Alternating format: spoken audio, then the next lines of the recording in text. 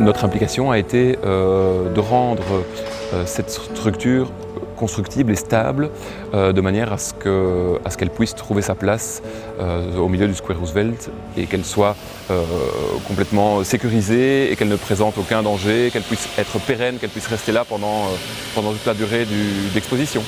Ouais, donc nous avons apporté notre expertise dans le façonnage, dans le domaine du façonnage de la tôle, plus particulièrement le soudage.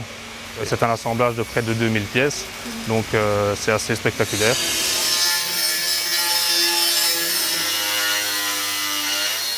On a réussi à créer un modèle informatique qui s'approchait de la réalité et qui était en fait une modélisation simplifiée de l'œuvre de David Mesguich. Notre implication là-dedans, c'était vraiment au niveau du squelette, donc ce que personne ne va voir. Puisqu'en fait le but c'était qu'on puisse rendre l'œuvre stable, sans qu'on ne voit rien et sans toucher au travail de l'artiste. Et donc le travail de l'artiste est parfaitement conservé, on a gardé son esprit, on n'a rien changé. Donc on s'est vraiment plié à ses volontés.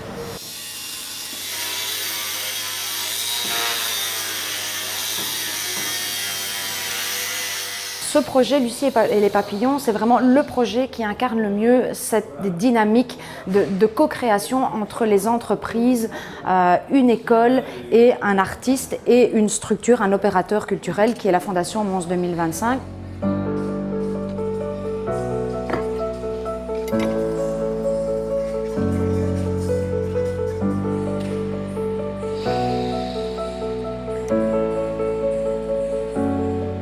Lucie et les papillons, c'est un projet qui nous a été soumis et qui nous intéressait très fort de par l'aspect de l'inox qui est notre métier principal.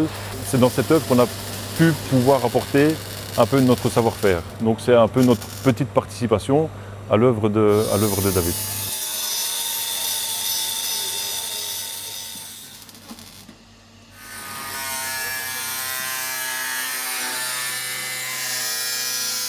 La Fondation s'occupe de coordonner l'héritage de Mons 2015, capitale européenne de la culture, par l'organisation, entre autres, d'une biennale. Donc c'était la première biennale Mons Capitale Culturelle.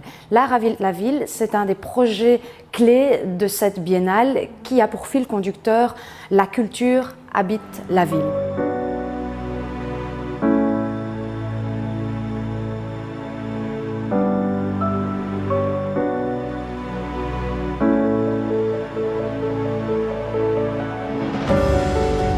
J'ai remarqué que dans l'histoire locale, il y avait déjà pas mal de trucs qui parlaient des enfants. Donc finalement c'était lié. Et comme le thème qu'on m'avait suggéré c'était l'enfance et que moi j'aime beaucoup travailler là-dessus quand je fais des pièces pérennes, ça correspondait bien. Donc j'ai voulu faire une pièce qui représente ma fille, parce que j'aime bien, c'est une de mes muses, quoi, ma fille. Et je voulais faire une pièce qui amène quelque chose de positif, un message positif quoi, pour les gens qui vont côtoyer la pièce et qui vont habiter là à côté.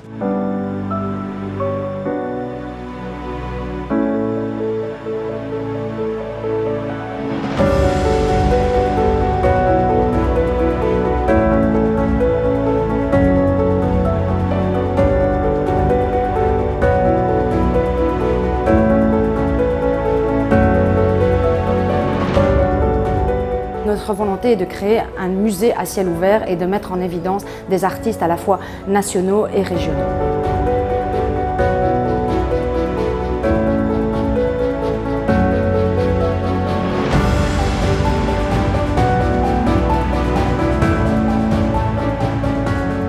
Je suis parti du fait que en fait,